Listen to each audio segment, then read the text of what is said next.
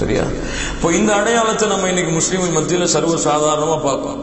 யூதர்கள் தங்களுடைய மார்க்கத்தை பின்பற்றக்கூடிய விதத்திலே, உறுதியாக இருக்கக்கூடிய விதத்தில் இருக்கக்கூடிய உறுதி இன்று முஸ்லிம்கள் மத்தியிலே கிடையாது.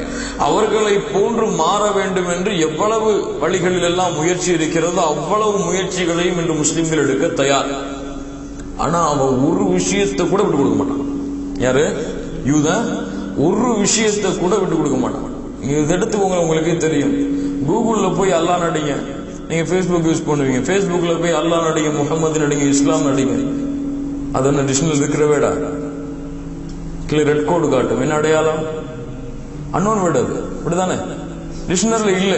இப்ப அவனுடைய அந்த டிக்ஷனரியில கூட இஸ்லாம் நுழையக்கூடாது, அல்லாங்கிற வார்த்தை நுழையக்கூடாது, முகமதுங்கிற வார்த்தை நுழையக்கூடாதுன்னு அவ்வளவு பாதுகாப்பா இருக்கிறான். ஆனா மக்கள் அவனுடைய கலாச்சாரத்தை, அவனுடைய உடைய, அவனுடைய நாகரிகத்தை, அவனுடைய அடையாளங்களை எல்லாவற்றையும் சர்வசாதாரணமாக எடுத்துக்கொள்வார்கள். பார்க்கிறோமா இல்லையா? அல்லாஹ்வுடைய தூதர் ஸல்லல்லாஹு அலைஹி வஸல்லம் அதைத்தான் சொன்னார்கள், மறுமை நெருங்கும் பொழுது யூதர்களையும் நஸ்ரானிகளையும் என்னுடைய சமூகம் பின்பற்றும். மூலம் மூலமாக ஜான் ஜானாக கடுகளவு கூட அவர்களுக்கும் இவர்களுக்கும் மாற்றமே இருக்காது.